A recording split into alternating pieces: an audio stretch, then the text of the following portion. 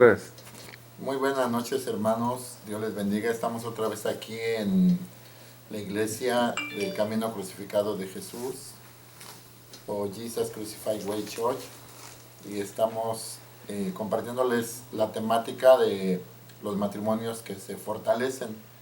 Hace 8 días comenzamos un tema que se llama el proyecto matrimonial de Dios, y mi esposa dio la primera parte y ahora yo voy a compartir la segunda parte, pero vamos a comenzar orando en esta noche. Padre amoroso, en el nombre de Jesús te rogamos tus bendiciones sobre la palabra que vamos a compartir. Te pedimos, Señor, que abra nuestros oídos, toque nuestros corazones, ilumine nuestros sentidos, de tal modo, Señor, que la parte más importante, más vital, Señor, que es nuestra familia delante de tu presencia, sea fortalecida, sea renovada, sea sanada en todas aquellas áreas que necesita la sanidad de tu sangre preciosa, de tu Espíritu Santo. Bendícenos, Señor, en esta noche. Glorifícate en nuestra vida, en el nombre de Jesús. Amén.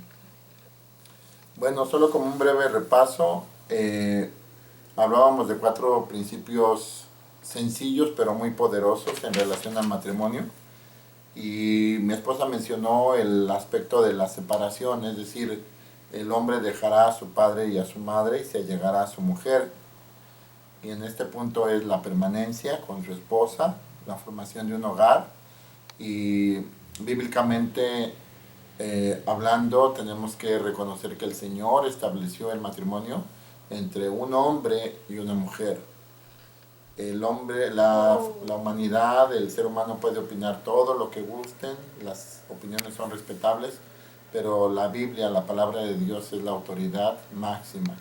Entonces es la palabra de Dios la que nos dice que Dios trajo a un hombre y a una mujer y los casó. Dios fue el primero en casar a una pareja. Él los bendijo. Cuando dice en la Biblia los bendijo, significa los dio en matrimonio. Y es lo que buscamos todos, los cristianos, toda la gente que teme al Señor, pues busca casarse no tan solo ante las leyes civiles, pero también ante Dios para recibir esa bendición que Dios tiene para cada uno de nosotros. La tercera parte es ser una sola carne. No tan solo es permanecer, pero también ser una sola carne, que significa unidad. Y luego el Señor dice que cuando Él unió a la primera pareja estaban desnudos, pero a la vez cubiertos de luz, de la gloria de Dios. Y esto nos habla de la intimidad, porque estaban desnudos y no se avergonzaban. No había algo que esconder, no había algo de lo cual cuidarse. Entonces, necesitamos ir a la otra parte donde la palabra de Dios nos enseña que para tener un matrimonio que se fortalece, hay que perdonarnos a nosotros mismos. Hay que aprender a perdonar. Y no podemos perdonar si primero nos reconocemos. Hay buenas noticias. Voy a pedirle a mi esposa que abra la Biblia en Isaías 61 y lea del versículo, el primer versículo de Isaías 61, donde en el Antiguo Testamento encontramos lo que Dios tiene para nosotros en esta noche. La palabra de Dios dice: el Espíritu del Señor Jehová es sobre mí, porque me ungió Jehová, hame enviado a predicar buenas nuevas a los abatidos, a vendar a los quebrantados de corazón, a publicar libertad a los cautivos y a los presos abertura de la cárcel. Así es. Entonces, muy claramente encontramos aquí que el Señor Dios, bendito sea su nombre, está hablando acerca de sanidad.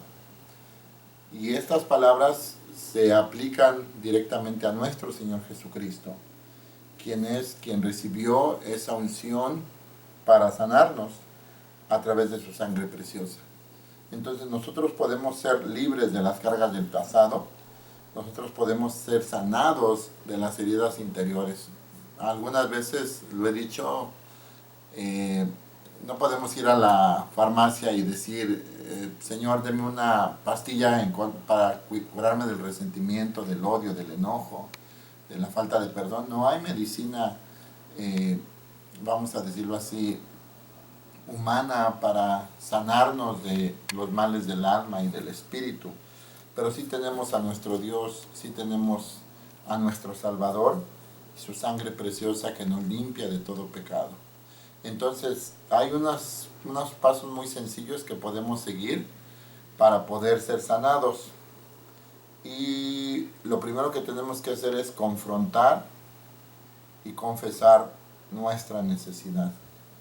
Hasta que no estamos dispuestos a confrontar, a dejar que el Espíritu Santo haga un análisis de nuestra vida, a presentarnos delante de Dios y decirle, Señor, muéstrame lo que yo no veo, enséñame tú lo que hay en mi vida que me está dañando, porque si no somos sanados como adultos, tendemos a repetir los ciclos o los círculos viciosos que traemos arrastrando de nuestra familia.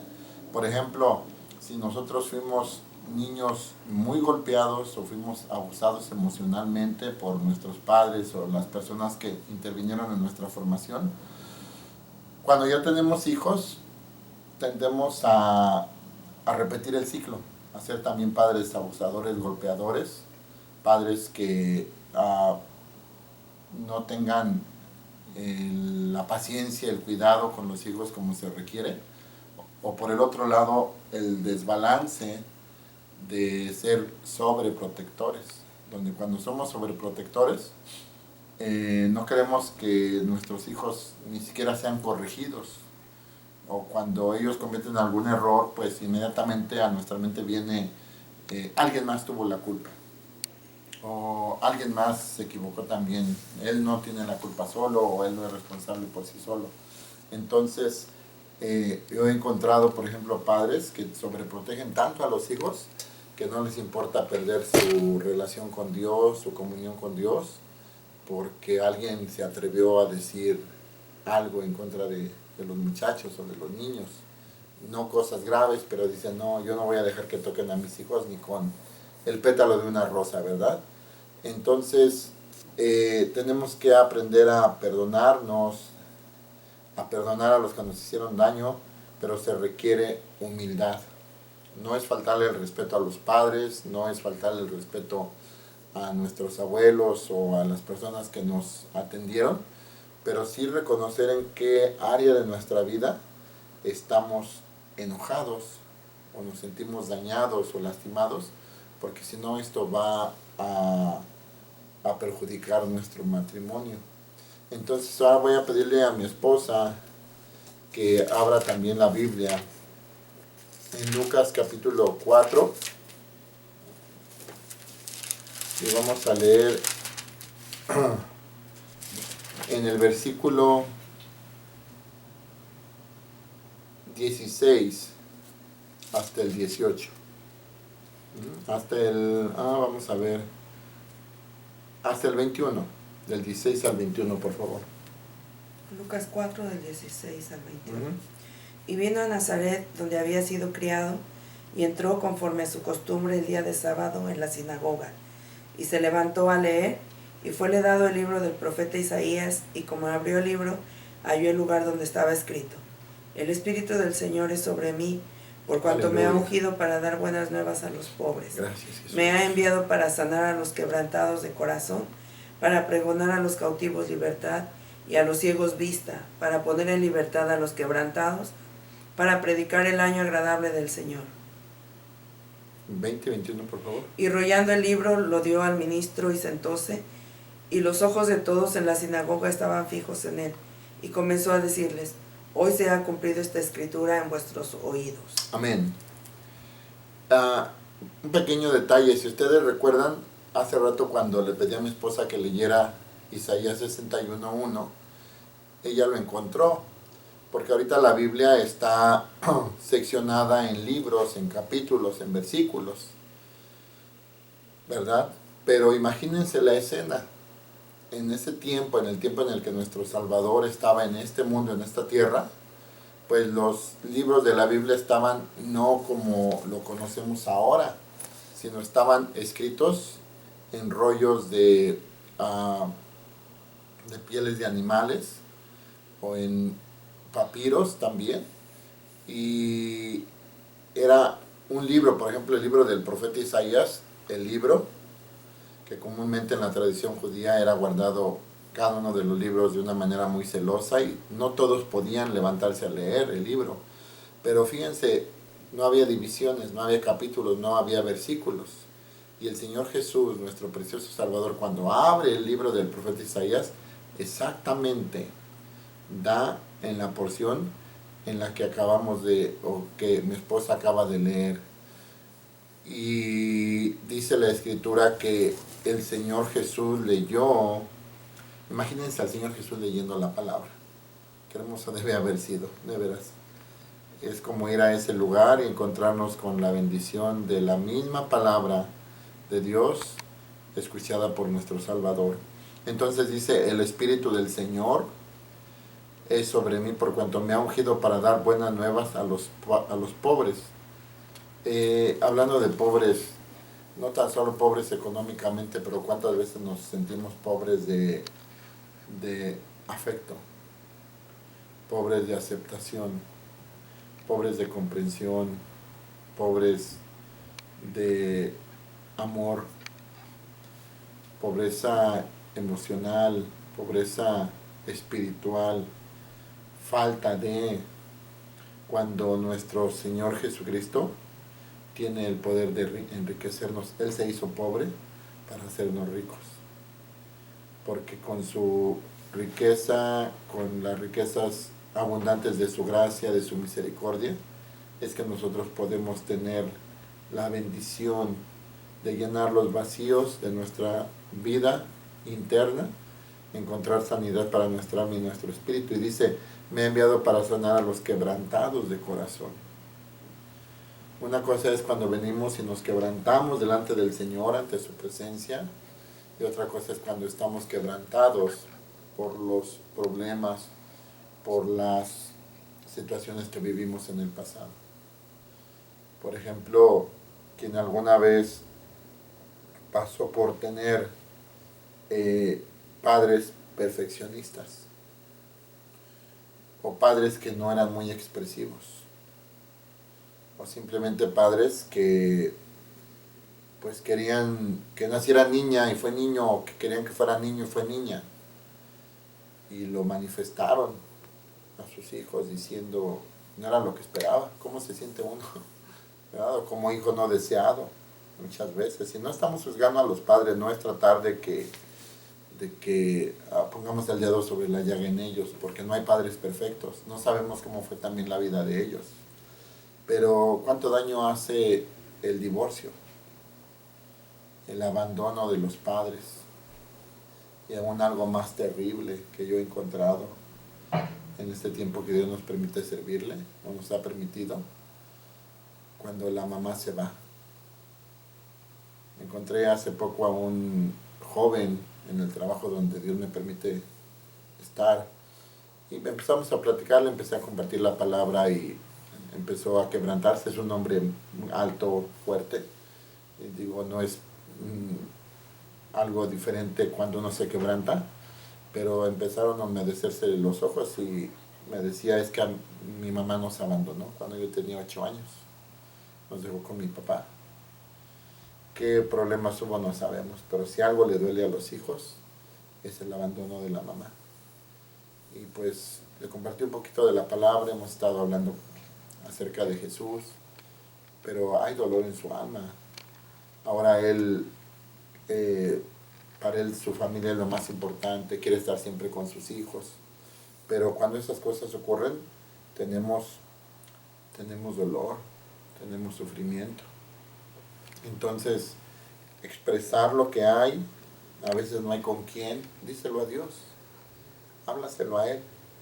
Yo le doy gracias al Señor porque a lo mejor no les he comentado, pero mi esposa y yo tenemos ya 30 años de casados, y en las luchas, en los problemas, en las altas, en las bajas, en medio de muchas cosas Dios nos ha mantenido como pareja, como familia, y pues es lo que queremos compartirles. No tan solo venir y leer, no tan solo venir y expresar lo que otros dicen, sino nuestra propia experiencia. Porque ¿quién de nosotros como pareja no alguna vez ha mencionado la palabra divorcio? Ha mencionado la palabra cada quien por su lado, o la frase tú con los niños y yo me voy con mi familia, ¿verdad? Que al final significa lo mismo, separación. Y los hijos pues oyen, sienten, sufren, pero estamos aquí para eso, para ver la medicina de Dios y poder encontrar la sanidad que nuestro espíritu necesita. Entonces vamos a leer ahora el versículo ahí mismo, el versículo 18 otra vez, mi hermana Miriam, para reforzarlo. El Espíritu del Señor es sobre mí, por cuanto me ha ungido para dar buenas nuevas a los pobres, me ha enviado para sanar a los quebrantados de corazón, para pregonar a los cautivos libertad y a los ciegos vista, para poner en libertad a los quebrantados. Amén. Entonces, para pregonar a los cautivos libertad. El enojo es una clase de atadura. El resentimiento es como una cárcel. La falta de perdón es como, muchas veces como una mazmorra, como un lugar donde uno se encuentra preso, el lugar más oscuro, un calabozo.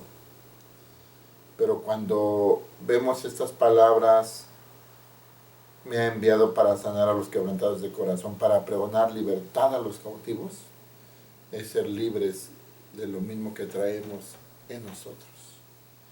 Ser libres de cualquier mal recuerdo, ser libres de cualquier mal perdón. Y fíjense, muchas de las veces nos atrevemos a perdonar, pues a decir, está bien, lo voy a hacer, porque ya no vemos a las personas. En mi caso, yo pues soy, ahora sí que huérfano, mis padres ya murieron desde hace muchos años, pero algunas veces tener que tratar con ellos cuando ya están enfermos, cuando ya no se pueden valer por sí mismos, es la oportunidad para darnos cuenta si estamos sanados. Si ya perdonamos, si ya podemos decir, lo voy a cuidar con amor, aunque no hayan sido lo que yo esperaba, pero los voy a cuidar con amor, los voy a atender. Y en este aspecto habría muchas cosas que decir, pero sigamos un poquito más adelante. Los que tienen todavía a sus papás, pues denle gracias a Dios y traten de pasar tiempo con ellos, de visitarlos, de hablarles, porque eso es lo que quiere el Señor.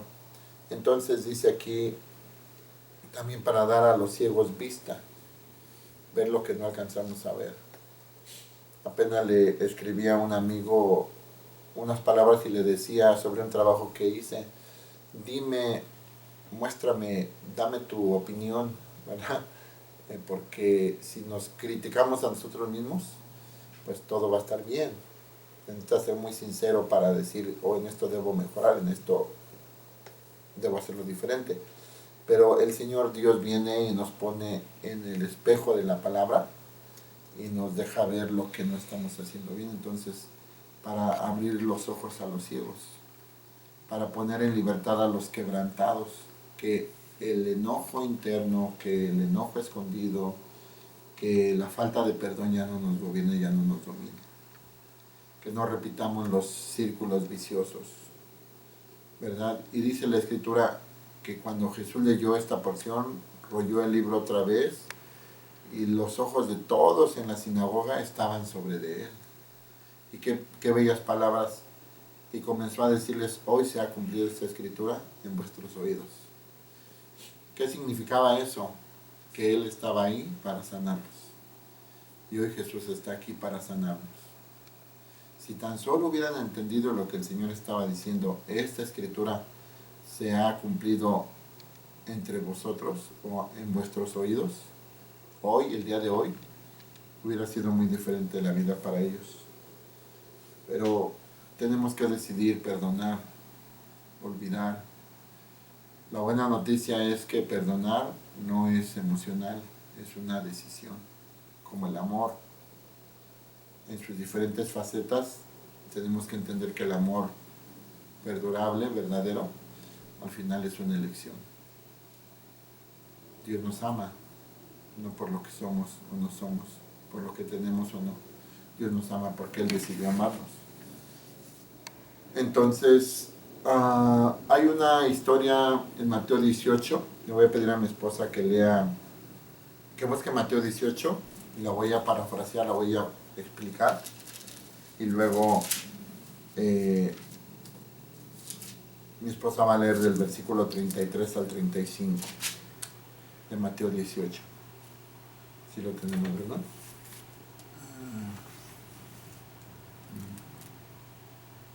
Ok. ¿No te convenía también a ti tener misericordia de tu consiervo, como también yo tuve misericordia de ti?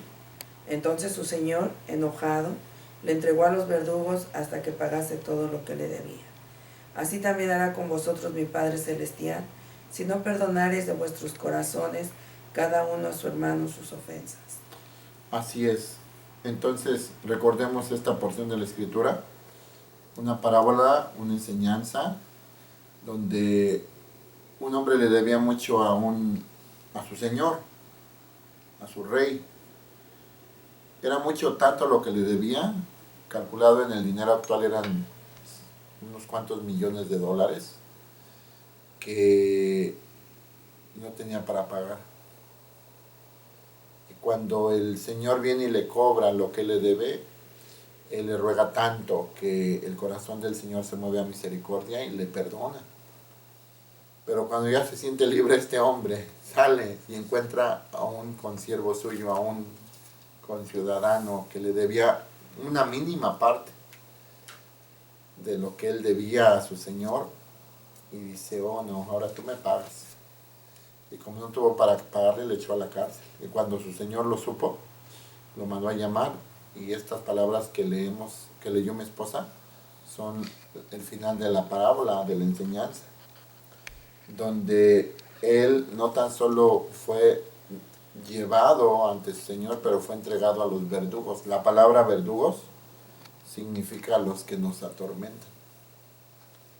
Cuando no perdonamos, cuando no somos sensibles en olvidar, en dejar que Dios quite nuestro resentimiento, nuestro enojo, nuestra ira, entonces vienen los verdugos.